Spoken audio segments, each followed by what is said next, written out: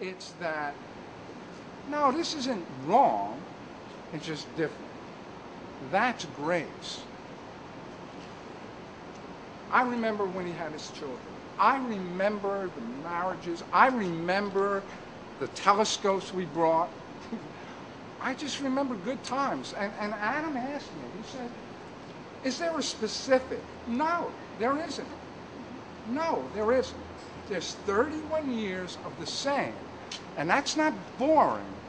That's continuous. That's constant. It's reliable. And it is totally whacked out. You can talk to Paul about the space lab, about Mars. You can talk to him about EDP auditing, which I was. There is no more boring subject, no offense, than EDP auditing. Am I right? Why does this work? Is it going to work? Is it not? Paul functions.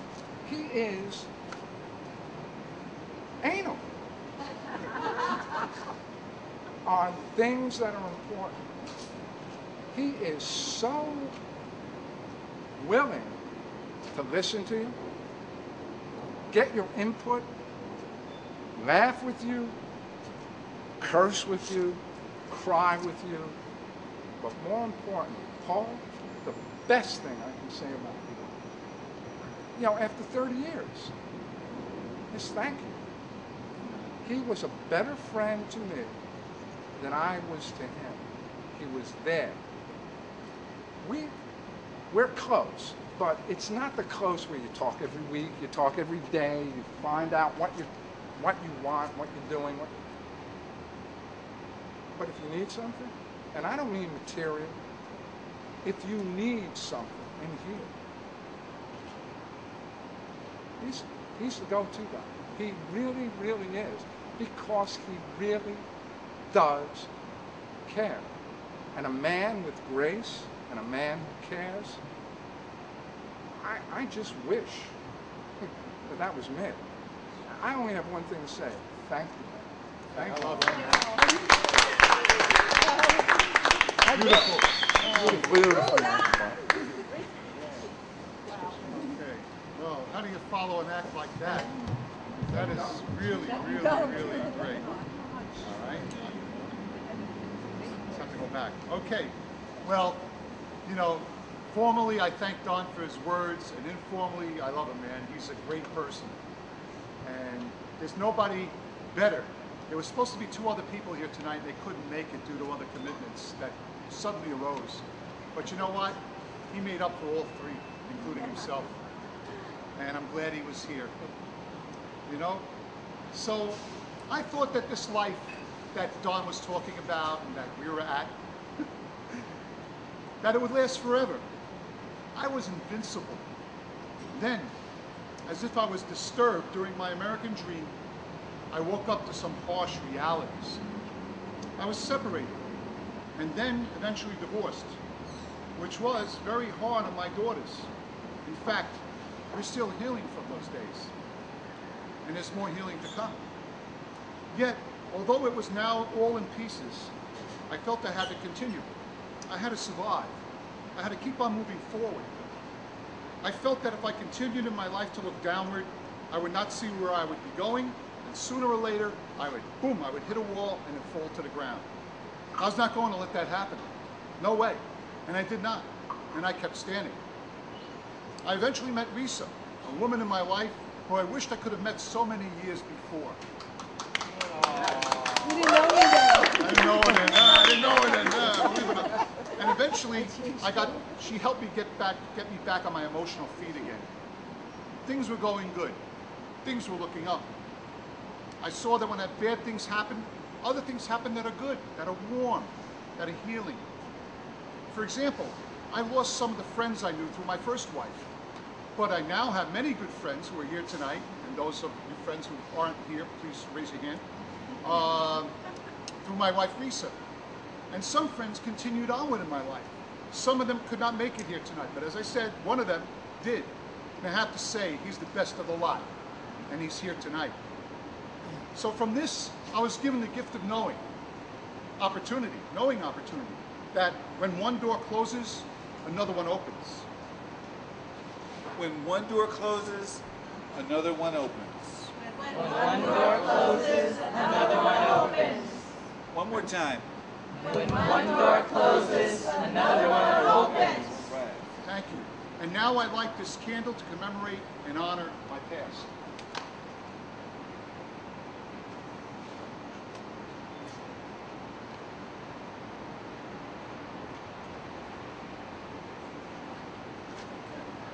Okay. It's a simple little flame, right? So at this moment, let's all take a moment to look at this flame and to appreciate the teachings that the past has been for us. We all had lessons, we all had wounds, and we're all here. Just take a moment, very long, 30 seconds maybe, to be aware and mindful of the people that have come before us, of the stability that gives context to the present.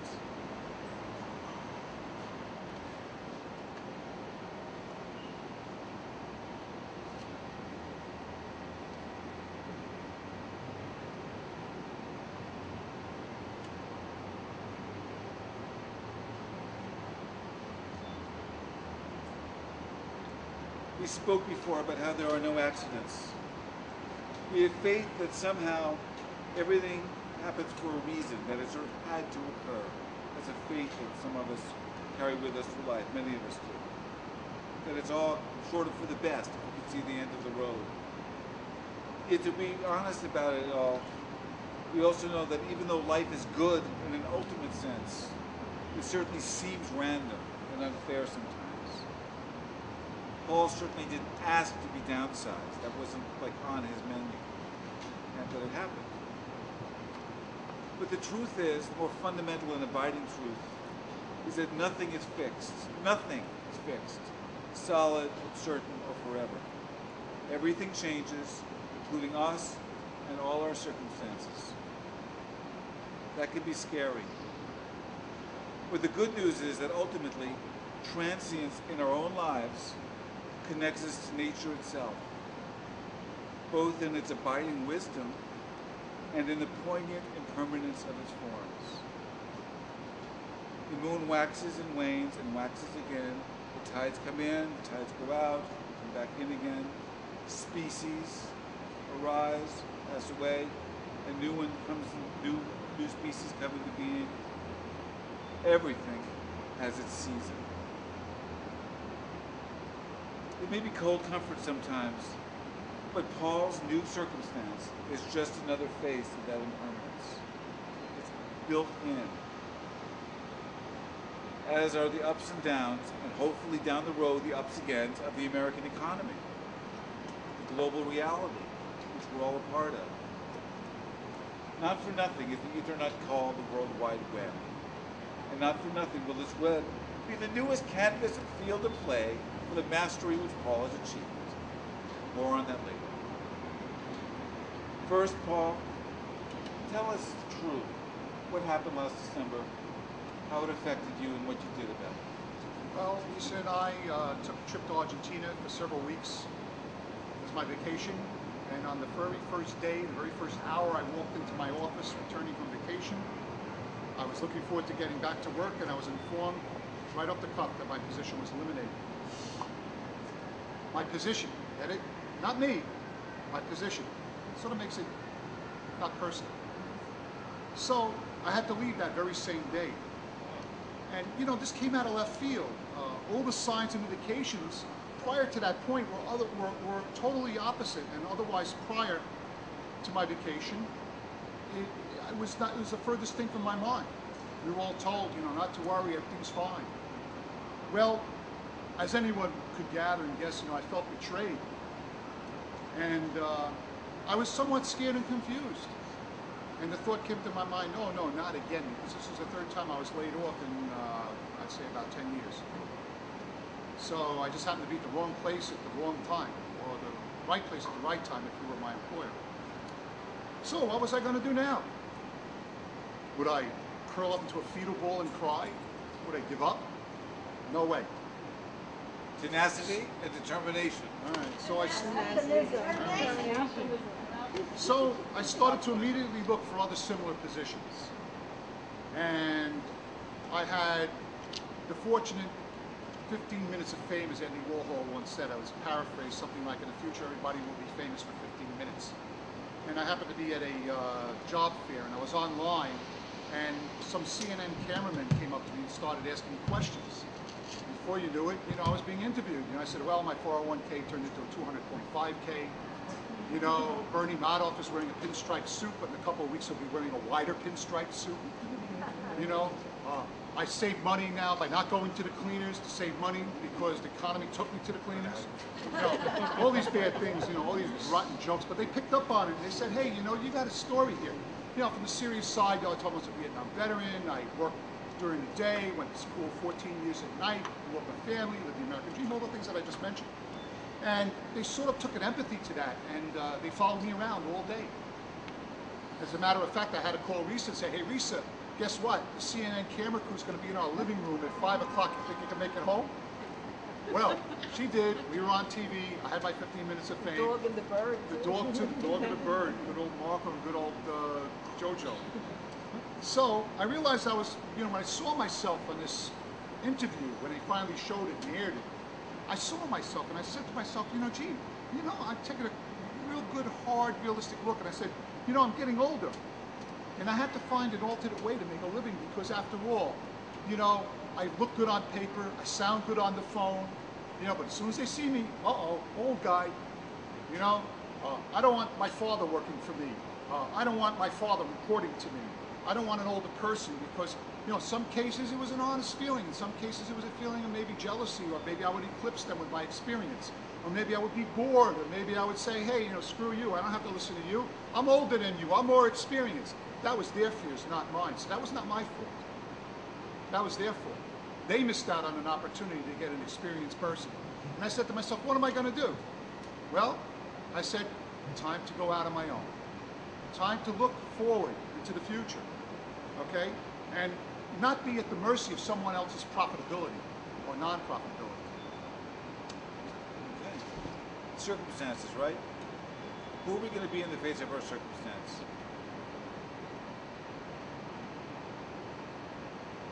Just as we note that change in our lives is mirrored in nature and society, we also acknowledge that our changes have an impact on those around us.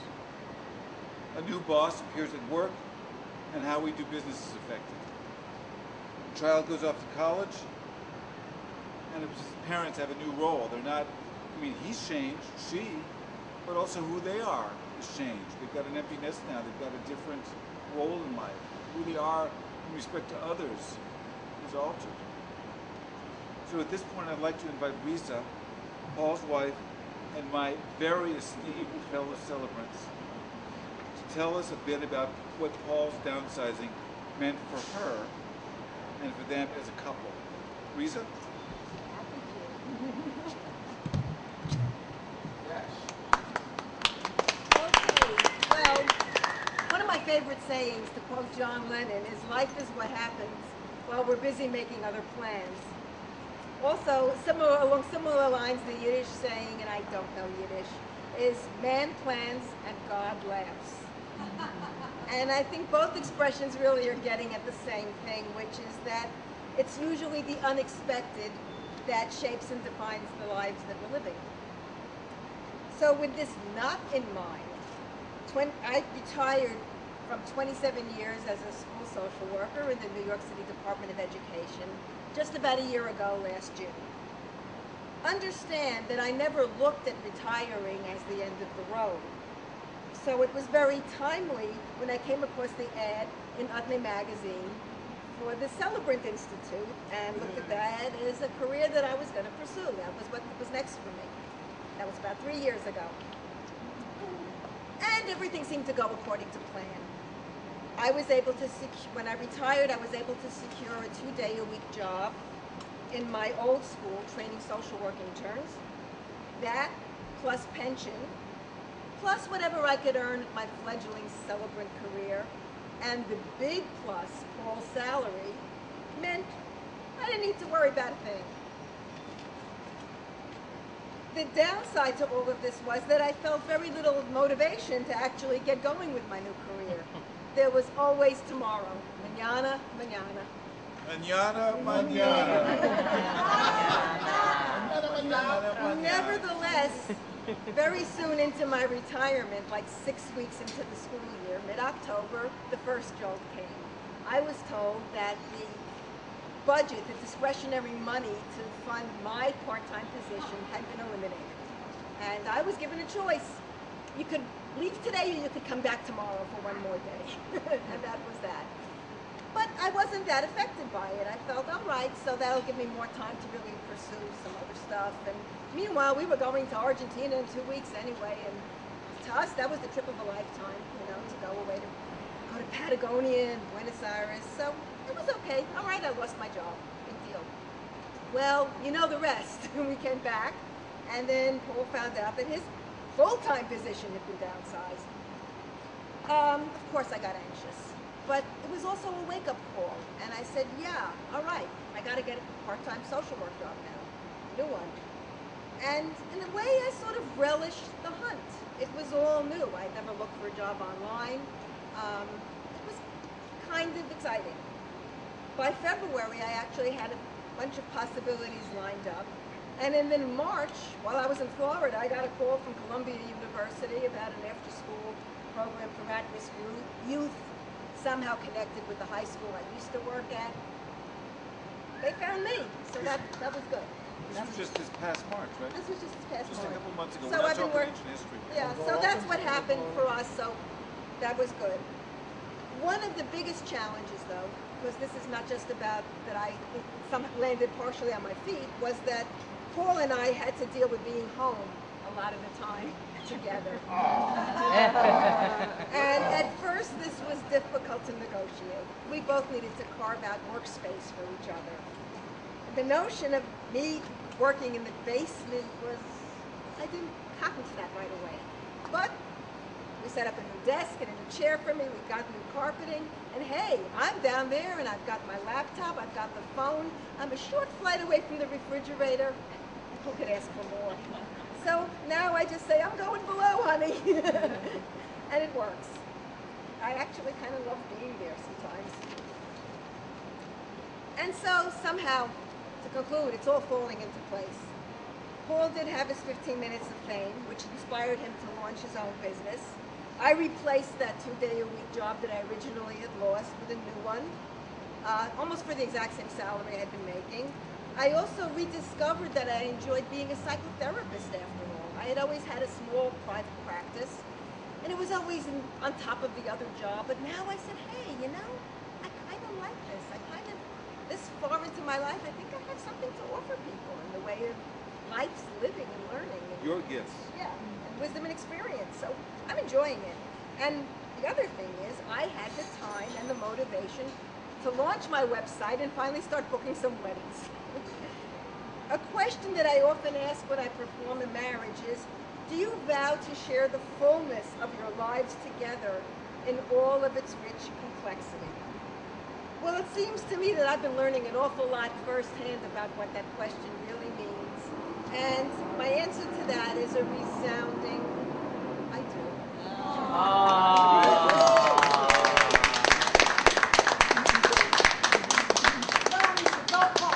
Yes. She does. Well, Lisa, thank you so much. You're so welcome. As I said, I wish I had known her earlier. But who knows, you know, maybe I wouldn't be here tonight saying what I'm saying, we wouldn't be here, so it is what it is, and that's how fate works, you know. It's an unwritten script that once you follow the script, you know, you don't know what's the next line. You just roll with it and go with it. So, I want to thank you, Risa, for that very warm, sincere, and loving speech. And I know it comes from your heart, and it really shows. So now, while all that was emerging for Risa, I began to realize that no one except myself and my ability to survive could help me through these rough times. I realized that I was mature. I was a silverback and an experienced master of my own profession with much knowledge and experience to provide to others who could use it. Then it dawned on me, why work for someone else? I can be my own boss. To be sure, there are my enemies: fear of failure, rejection, possible insecurity. It was sort of like walking a tightrope without a net. But I know if I fall, as I have in the past, that I'll get up again, and with Reese's help, until I reach where I want to be. And here is where I am today. I've embraced and embarked on a journey to develop and provide my own consulting firm practice for computer security awareness training. Using the internet as the vehicle to roll the service out, it'll be called SAFE Infosystems, SAFE standing for Security Awareness for Everyone. Wait, security awareness for everyone. Security awareness for everyone. Lock up your laptops, use passwords, and change them frequently. Okay, so that's where I am in the present. I have good friends here tonight, and others that are good friends too that could not make it, whose spirits and good wishes, I sure, are with us here as well. But above all, there's a woman here who believes in me, who supports my efforts to make my dreams a reality, and is always being by my side. What gets better than that? So I'm going to light a candle to the present.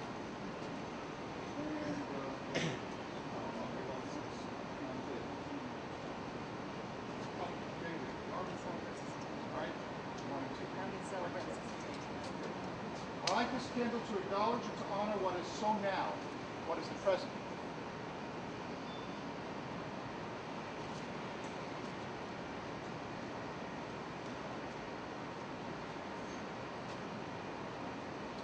Everybody take a deep breath. We'll sort of sleep for a while. Still here. Let's look at all these candles for a moment and allow ourselves, really allow ourselves, to be touched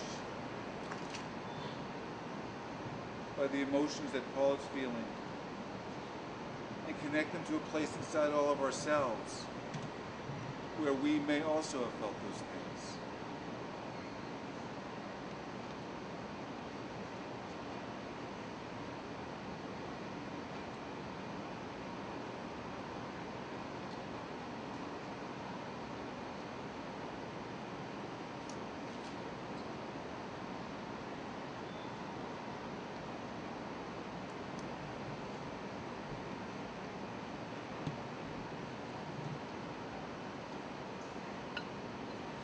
Here's an excerpt from a poem by Dennis Johnson called White, White Collars that seems apropos. My office smells like a theory, but here one weeps to see the goodness of the world laid bare and rising with the government on its lips. The alphabet congealing in air around our heads. But in my belly's flames, someone is dancing, calling me by many names that are secret and filled with light, and rise and break, and I see my previous lives.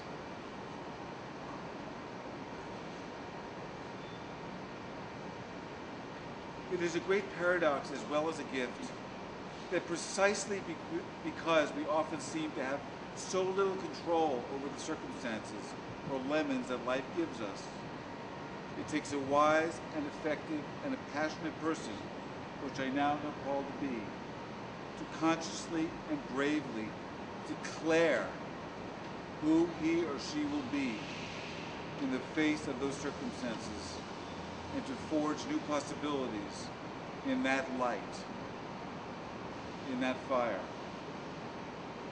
Now is the time for that. I declare that I am now the master of my own fate, the captain of my own ship. I will also set the sails of that ship so that the wind of life will take me to the shores of where I want to be and when I want to be there. I take the responsibility for charting this journey into my own hands and not into the hands of others whom I had in the past. I make this journey knowing that there will be some rough times ahead, yet through it all, I will remember the lessons that I learned in life and the declaration I'm making before you tonight. And I promise that this journey will continue. I will sail into the shining possibility that's my future, and I will survive. He will survive. He will survive. Okay, I light this candle to the future, that I may honor my word and my possibility from now henceforth. May my work bring fulfillment, contentment, abundance, and freedom to myself. May my work be for a blessing. And as I light this candle,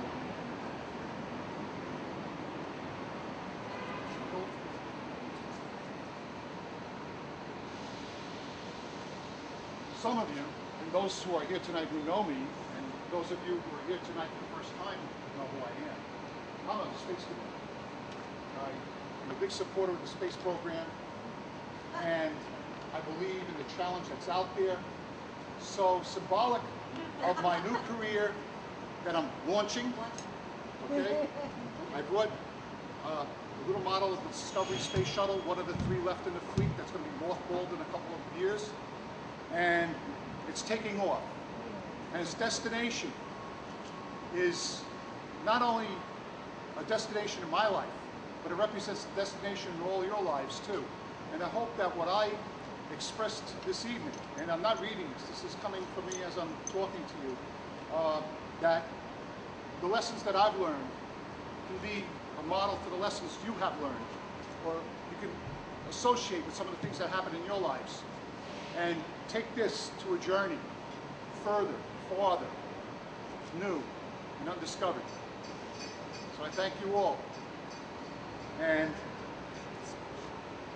again, may my work be for a blessing.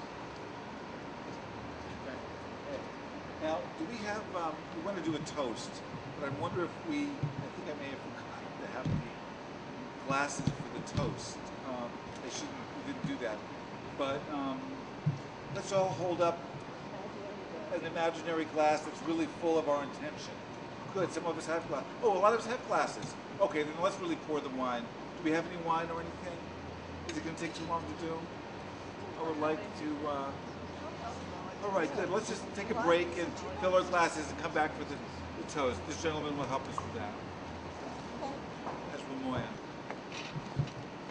Now, I just want to say sort of a little pre-statement here that afterwards, you can write your own little toast on a little card. There are cards in here, and you can write like a little blessing or whatever you want to say, a well wish for Paul, and then he's going to put them in another box when he goes home, and that's going to be the gift of the future. Wow. Okay, that's going to be a gift that he'll open sometime. Maybe he wants to open that, okay? And if you know some good numbers, write them down, because I'm going to all-TV tomorrow. Yeah, for a good time, Paul. Now, we're going to toast him in a minute. I just want to tell you a little bit about, I was looking on the internet at where toast comes from. It was in the old Roman times. They put a little bit of toast in the wine because the wine was very acidic. And so the toast will kind of sop up the acidity and make it sweeter. So this is very apropos because, you know, there's always, you know, there's a shot through the scarlet in the middle of all the midnight blues. So we got to remember that and acknowledge, but it's okay to put a little bit of toast in there to sop it up and maybe fill our bellies a little bit afterwards, okay? So let's raise our glasses.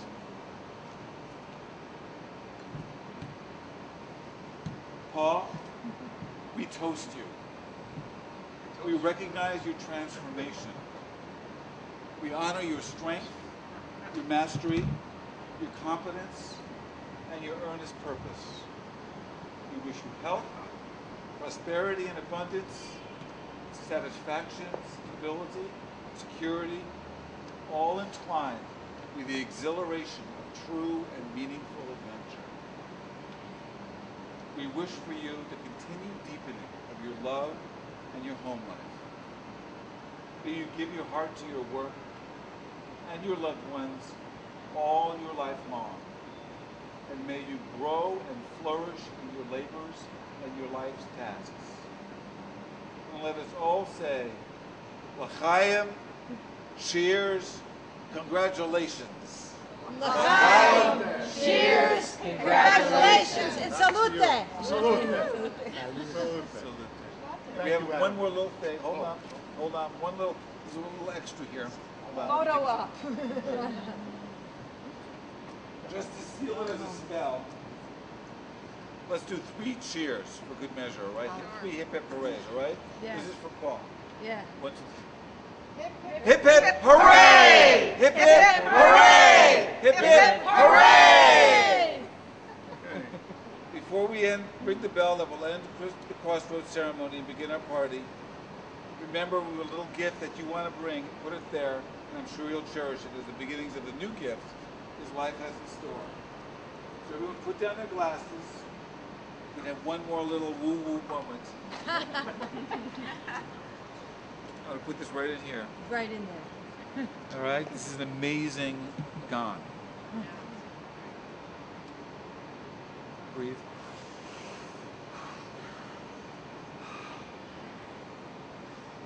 It's so good just to breathe, right?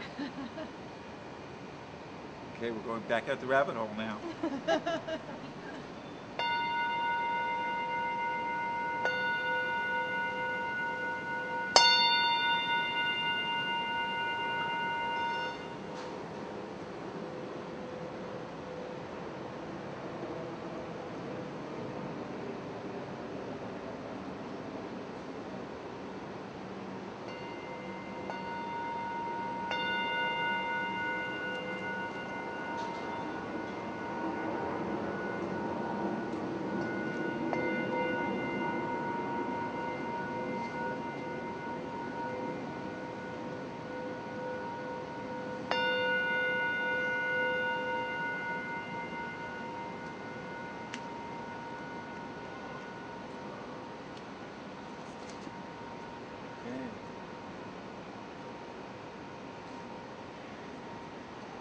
Done.